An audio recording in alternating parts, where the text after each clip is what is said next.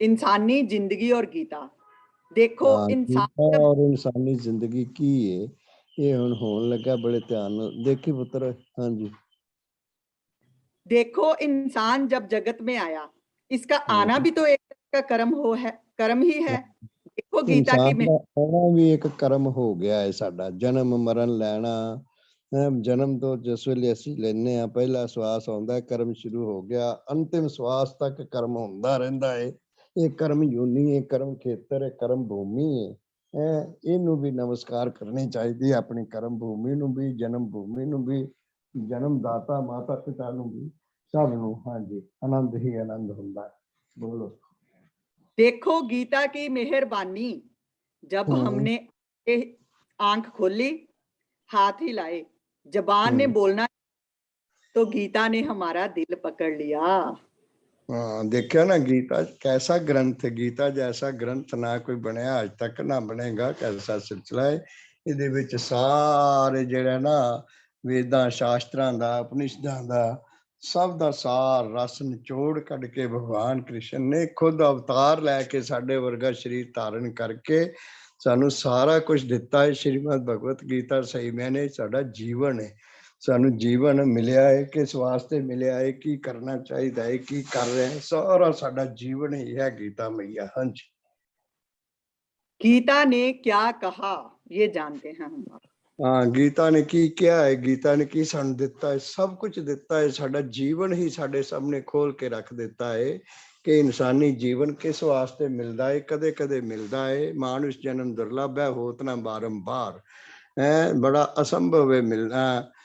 मिल गया है सानू, असी इनू जेड़ा है ना, ਇਹਦਾ ਸਦਉਪਯੋਗ ਕਰੀਏ। ਹਰ ਚੀਜ਼ ਦਾ, ਹਰ ਸਵਾਸ ਦਾ, ਕਾਲ ਦਾ, ਸਮੇਂ ਦਾ, ਦੇਸ਼ ਕਾਲ ਵਸਤੂ ਦਾ, ਹਰ ਪਦਾਰਥ ਦਾ, ਹਰ ਪਹਿਨਣ ਵਾਲੇ ਦਾ, ਖਾਣ ਪੀਣ ਵਾਲੇ ਦਾ, ਵਰਤਨ ਵਰਤਾਨ ਵਾਲੇ ਦਾ, ਸਾਰੇ ਦਾ ਸਦਉਪਯੋਗ ਕਰੀਏ। ਸਹੀ ਮਾਇਨੇ 'ਚ ਸਾਨੂੰ ਇਹ ਵੀ ਗਿਆਨ ਸ਼੍ਰੀਮਦ ਭਗਵਤ ਗੀਤਾ ਨੇ ਦਿੱਤਾ ਹੈ।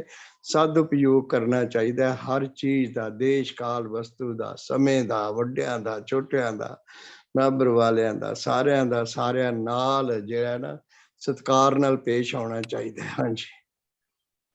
हे इंसान, अगर तूने कर्म करना है तो सत्कर्म और अकर्ता कर्म कर। हाँ, देखा ना कर्म करन दा ढंग। सच्चे कर्म करने ने कूट ते काटा मार दईए। सत्कर्म की दसिया, फिर पढ़ियो। हाँ जी। हाँ जी। हे इंसान, अगर हाँ, तूने कर्म करना है तो हाँ, सत्कर्म। हाँ, सत्कर्म, सच्चे कर्म करिए। कूट तो किनारा कर दी। हाँ जी, अगे। अकर्ता कर्म कर। हाँ, अकर्ता। हाँ, अकर्ता हो के कि ये ना समझ के मैं कर रहा, मैं अपने आप ਨੂੰ शरीर समझिया, मेरा शरीर सब कुछ कर रहा ना। करता पुरख भगवान ही, परमात्मा ही सब कुछ कर रहा है। ऐसा मनना जेड़ा ना, ये है साडा धर्म, ये है साडा कर्म। हाँ जी। सब कर्म भगवान अर्पण कर, सन्यासी बन।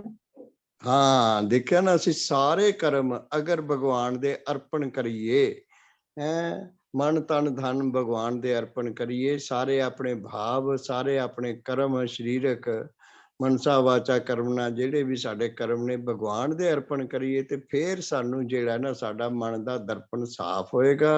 मन ਦਾ दर्पण साफ होएगा ਤੇ भगवान ਦਾ दर्शन खास होएगा सानू। हाँ जी। इस कर्म की लड़ी में बंधन जा मोक्ष पा।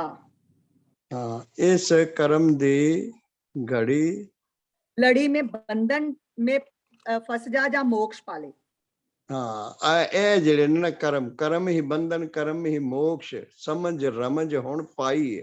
ਸਤਸੰਗ ਵਿੱਚ ਆ ਕੇ, ਗੁਰੂ ਚਰਨਾਂ ਵਿੱਚ ਆ ਕੇ, ਗੁਰੂ ਜੀ ਦਾ ਸੰਗ ਕਰਕੇ ਸਾਨੂੰ ਸਮਝ ਆਈ ਹੈ, ਇਹ ਰਮਝ ਆਈ ਹੈ, ਸਾਨੂੰ ਸਮਝ ਆਈ ਹੈ ਕਿ ਕਰਮ ਹੀ ਬੰਧਨ ਨੇ, ਕਰਮ ਹੀ ਮੁਕਤੀ ਹੈ। ਤਾਂ ਫਿਰ ਸਾਨੂੰ ਕਰਮਾਂ ਵਿੱਚ ਕਿਉਂ ਲਾਇਆ ਜਾਂਦਾ ਹੈ? ਅਰਜਨ ਨੇ ਸਵਾਲ ਕੀਤਾ ਸਾਡੇ ਭਲੇ ਵਾਸਤੇ। ਉਹ ਕਹਿੰਦੇ ਨੇ ਭਾਈ, ਇਹ ਕਰਮ ਹੈ, ਕਰਮ ਮੇਰ ਨੂੰ ਵੀ ਕਹਿੰਦੇ ਨੇ ਸੰਸਕ੍ਰਿਤ ਵਿੱਚ। ਕਰਮ ਮੇਰ, ਇਹ ਮੇਰ ਤੂੰ ਪਹਿਲਾਂ ਆਪਣੇ ਆਪ ਤੇ ਕਰ ਹੈ, ਔਰ ਫਿਰ ਸਾਰਿਆਂ ਤੇ ਕਰ। ਔਰ ਮੇਰ ਕੀ ਹੈ? ਮੇਰੀ ਮੈਂ ਨੂੰ ਭਗਵਾਨ ਗੁਰੂ ਜੀ ਹਰ ਲੈਂਦੇ ਨੇ, ਸਤਸੰਗ ਹਰ ਲੈਂਦੇ ਨੇ, ਔਰ ਬੜੀ ਵੱਡੀ ਕਿਰਪਾ ਕਰਦੇ ਨੇ। ਜਿਹੜੀ ਮੈਂ ਇੱਥੇ ਸਰੀਰ ਵਿੱਚ ਇੱਥੇ ਕਰਦਾ ਪਿਆ ਨਾ, ਇਹਨੂੰ ਸਾਰਿਆਂ ਚ ਮੈਂ ਦਿਖਾਉਂਦੇ ਨੇ। ਕਹਿੰਦੇ ਤੂੰ ਏਡਾ ਵੱਡਾ ਹੈ, ਏਡਾ ਮਹਾਨ ਹੈ ਕਿ ਸਾਰਿਆਂ ਵਿੱਚ ਤੂੰ ਮੈਂ, ਤੂੰ ਇੰਨਾ ਕਿ ਕਿਉਂ ਬਣਿਆ ਪਿਆ ਹੈ ਨਿੱਕਾ ਜਿਹਾ ਇੱਕ ਜਿਸਮ ਦੇ ਵਿੱਚ ਬੰਨਿਆ ਗਿਆ, ਕੈਸਾ ਸਿਲਸਿਲਾ ਹੈ। ਤੇ ਸਾਰੀ ਦੁਨੀਆ ਦੀ ਜੀਵਨ ਜੋਤੀ ਤੂੰ ਹੀ ਹੈ, ਆਪ ਹੀ ਹੈ, ਪਰਮਾਤਮਾ ਹੀ ਆਤਮਾ ਹੋ ਕੇ ਸਾਰੇ ਸਮਾਇਆ ਹੋਇਆ। ਸਭੇਗਟ ਰਾਮ ਬੋਲੇ ਰਾਮਾ ਬੋਲੇ, ਦੱਸ ਕਰ ਰਾਮ ਬਿਨਾ ਕੋ ਬੋਲੇ ਰੇ। ਤੂੰ ਨਹੀਂ ਮੰਨਦਾ ਤੇ ਇਸ ਵਾਸਤੇ ਤੇਰੇ ਨਾਲ ਨਹੀਂ ਬੋਲਦਾ, ਤੇਰੇ ਤੋਂ ਓਲੇ ਹੋ ਜਾਂਦਾ ਹੈ, ਪਰਦੇ ਵਿੱਚ ਹੋ ਜਾਂਦਾ ਹੈ, ਮਾਇਆ ਦਾ ਪਰਦਾ ਪੈ ਜਾਂਦਾ। ਜੇ ਤੂੰ ਮੰਨ ਲਵੇਂ, ਅਮਲ ਕਰ ਲਈਏ ਨਾ, ਅਸੀਂ ਮੰਨ ਲਈਏ, ਅਸੀਂ ਅਭਿਆਸ ਕਰ ਲਈਏ, ਅਸੀਂ ਆਦਤ ਪਾ ਲਈਏ ਐਸਾ, ਤੇ ਫਿਰ ਸਾਰਾ ਕੁਝ ਸਾਨੂੰ ਨਜ਼ਰ ਆਏਗਾ। ਜ਼ਾਰਾ ਜ਼ਹੂਰ ਨਜ਼ਰ ਆਏਗਾ, ਹਾਜ਼ਰਾ ਜ਼ਹੂਰ ਨਜ਼ਰ ਆਏਗਾ, ਸਰਵ ਕਲਾ ਭਰਪੂਰ ਨਜ਼ਰ ਆਏਗਾ, ਔਰ ਸਾਨੂੰ ਆਪਣੀ ਗੋਦ ਵਿੱਚ ਬਿਠਾਏਗਾ, ਆਪਣੇ ਚਰਨਾਂ ਵਿੱਚ ਬਿਠਾਏਗਾ, ਆਪਣੀ ਭਗਤੀ ਸ਼ਕਤੀ ਰੰਗ ਚੜਾਏਗਾ ਸਾਡੇ ਮਨ ਤੇ। ਹਾਂਜੀ। सब कर्म भगवान अर्पण कर सन्यासी बन, इस कर्म की लड़ी में बंद ना जा, मोक्ष पा कर्म किस तरह बनना है? हाँ जी, इतना पहले थोड़ा थोड़ा सन्यासी किस तरह बनना है। ਅਸੀਂ सन्यासी ने ना, सन्यासी घर बार ਛੱਡ ਕੇ ਚਲੇ ਜਾਂਦੇ ਨੇ, ਇਹ ਨਾ ਦੱਸਿਆ सन्यासी। पढ़ो फिर एक एक लाइन पढ़िया करो, एक मतलब फिकरा। चलो।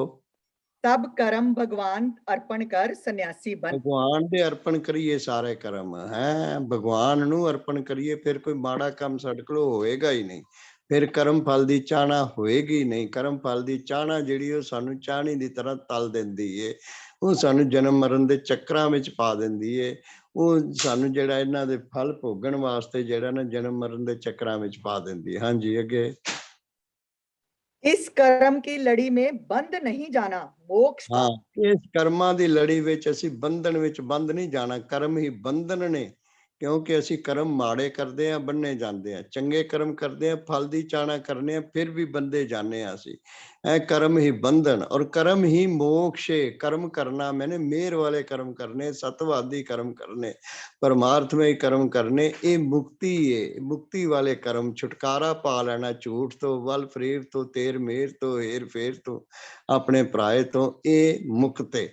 ਕਰਮ ਹੀ ਬੰਧਨ, ਕਰਮ ਹੀ ਮੁਕਤੀ। ਇਹ ਯੁਕਤੀ ਅਸੀਂ ਹੁਣ ਸਤਸੰਗ ਵਿੱਚ ਗੁਰੂ ਚਰਨਾਂ ਵਿੱਚੋਂ ਪ੍ਰਾਪਤ ਕਰ ਲਈਏ। ਇਸ ਨੂੰ ਅਮਲ ਚ ਲਿਆਣਾ ਹੈ, ਇਸ ਨੂੰ ਮਨ ਚ ਵਸਾਣਾ ਹੈ, ਐਸਾ ਅਮਲ ਕਰ ਪਾਣਾ ਹੈ, ਫਿਰ ਅਸੀਂ ਸੱਚਖੰਡ ਵਿੱਚ ਰਹਿਣ ਲੱਗ ਜਾਣਾ ਹੈ। ਜਿਉਂਦਿਆਂ ਜੀ ਐਸ ਜੀਵਨ ਵਿੱਚ, ਮਾਤ ਲੋਕ ਵਿੱਚ ਵੀ ਮੌਤ ਜਿੱਥੇ ਹਾਵੀ ਹੈ, ਤੇ ਹੋਮੇ ਹੰਕਾਰ ਦੀ ਮੌਤ ਵੀ ਅਸੀਂ ਕਰ ਪਾਣੀ ਹੈ। ਹਾਂਜੀ। कर्म समर्पण को मान। ਹਾਂ, ਕਰਮ ਸਮਰਪਣ ਨੂੰ ਮੰਨੀਏ, ਕਰਮ ਕਰੀਏ, ਸਮਰਪਣ ਕਰਕੇ ਕਰਮ ਕਰੀਏ, ਫਲ ਦੀ ਚਾਹਨਾ ਨਾ ਰੱਖੀਏ, ਮਾੜੇ ਕਰਮ ਨਾ ਕਰੀਏ। ਹਾਂਜੀ। इसके आगे गीता ने यूं कहा, जो ऐसा करेगा तो ज्ञान पावेगा। ਹਾਂ, ਗੀਤਾ ਨੇ ਜੋੜ ਨਿਚੋੜ ਕੱਢ ਦਿੱਤਾ, ਗੀਤਾ ਮਈਆ ਨੇ, ਜਿਹੜਾ ਇਸ ਤਰ੍ਹਾਂ ਕਰੇਗਾ ਇਹ ਯੋਗ ਪਾਏਗਾ, ਜੁੜ ਜਾਏਗਾ, ਹਰੀ ਦੇ ਨਾਲ ਜੁੜ ਜਾਏਗਾ, ਹਰੀ ਦੇ ਚਰਨਾਂ ਵਿੱਚ ਬੈਠ ਜਾਏਗਾ, ਸੱਚਖੰਡ ਵਿੱਚ ਰਹਿਣ ਲੱਗ ਜਾਏਗਾ। ਹਾਂਜੀ। ज्ञानी होकर समदर्शी आत्मा परमात्मा के मिलाप को जानेगा। हाँ, ज्ञानी बन जाएगा, आत्मा परमात्मा दे सारा जान लेगा, जानकारी हासिल करेगा, महान हो जाएगा। तू ही कहा बता। और ईश्वर की चेतन शक्ति प्रेम को पाकर तू चेतन इंसान परम चेतन में एक हो जाएगा। ईश्वर दी महान शक्ति नु पाएगा, शिक्षा नु पाएगा, और हरि दे चरणां विच समाएगा, सचखंड विच रहन लग जाएगा, सचखंड विच ही पहुंच हो जाएगी। हाँ जी। गीता का फरमान इंसानी जिंदगी के लिए बहुत ही जरूरी है। हाँ, जरूरी, इन्ना जरूरी है गीता का फरमान इंसानी जिंदगी वास्ते। सही मैंने साडा ही सारा कर्म यूनी का ही सारा ये जीवन जेड़ा ना खोलिया होया, सारा भेद सुत्या होया। यही वजह है कि सारी दुनिया विच, सारी रचना विच गीता मैया का अनुवाद हो चुका है। चाहे ये संस्कृत विच भाषा विच अर्जुन और भगवान कृष्ण का जो संवाद है, लेकिन इन्हां नूं साडे संस्कृत तो सारिया भाषा विच, दुनिया की हर भाषा विच इहदा अनुवाद हो चुका है, ट्रांसलेशन हो चुका है, भारत दी सारिया भाषा विच हो चुका है। क्यों? क्योंकि इहदे विच जीउण दा ढंग आउंदा है। जीउण दा ढंग आ गया ते हालातां दे डंग नहीं वजदे, फिर मजीठी रंग जिहड़ा है ना, पक्का रंग चढ़ जाता है, इंसानी जन्म दा लाह खटिया जाता है। हाँ जी। हाँ जी।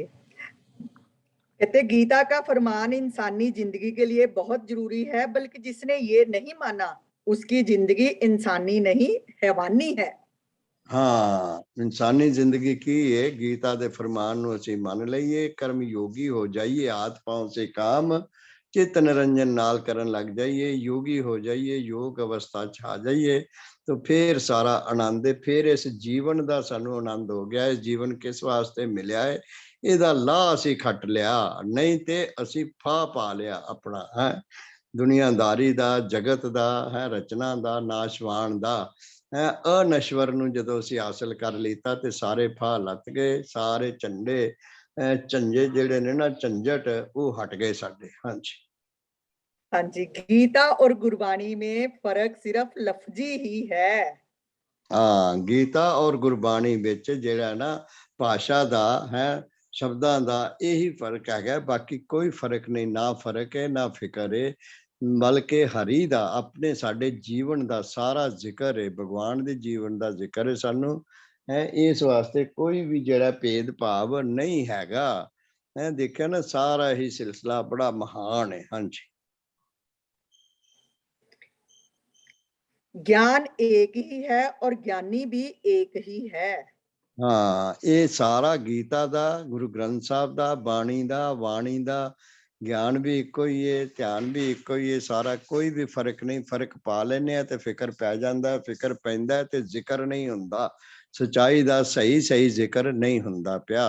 ਫਰਕ ਨਹੀਂ ਪਾਉਣਾ ਚਾਹੀਦਾ ਆਪਣੇ ਮਨ ਵਿੱਚ, ਫਰਕ ਨਹੀਂ ਪਾਉਣਾ ਚਾਹੀਦਾ ਸ਼ਬਦਾਂ ਵਿੱਚ। ਭਾਸ਼ਾ ਦਾ ਫਰਕ ਹੈ, ਉਹ ਸੰਸਕ੍ਰਿਤ ਵਿੱਚ ਜਿਹੜੀ ਸਾਡੀ ਸੈਂਸ ਹੀ ਕੱਢ ਦਿੰਦੀ ਸਾਰਾ। ਪੰਜਾਬੀ ਪੰਜਾਬ ਦੀ ਭਾਸ਼ਾ ਹੈ, ਹਿੰਦੀ ਹਿੰਦੁਸਤਾਨ ਦੀ ਭਾਸ਼ਾ ਹੈ, ਕੋਈ ਵੀ ਫਰਕ ਨਹੀਂ। ਉਰਦੂ ਵੀ ਬੜੀ ਪਿਆਰੀ ਭਾਸ਼ਾ ਹੈ, ਸੰਸਕ੍ਰਿਤ ਬੜੀ ਪਿਆਰੀ ਭਾਸ਼ਾ ਹੈ। ਐਸਾ ਸਿਲਸਿਲਾ ਮੰਨਣਾ ਚਾਹੀਦਾ ਸਾਨੂੰ। ਸਾਰੀਆਂ ਭਾਸ਼ਾਵਾਂ ਨੇ ਸਾਨੂੰ ਈਸ਼ਵਰ ਦਾ ਭਾਸ਼ਣ ਹੀ ਦਿੱਤਾ, ਈਸ਼ਵਰ ਦਾ ਗਿਆਨ ਹੀ ਦਿੱਤਾ ਹੈ। ਹਾਂਜੀ, गीता और गुरबाणी में सिर्फ यही फर्क है कि गीता में मैं है और गुरबाणी में तू है।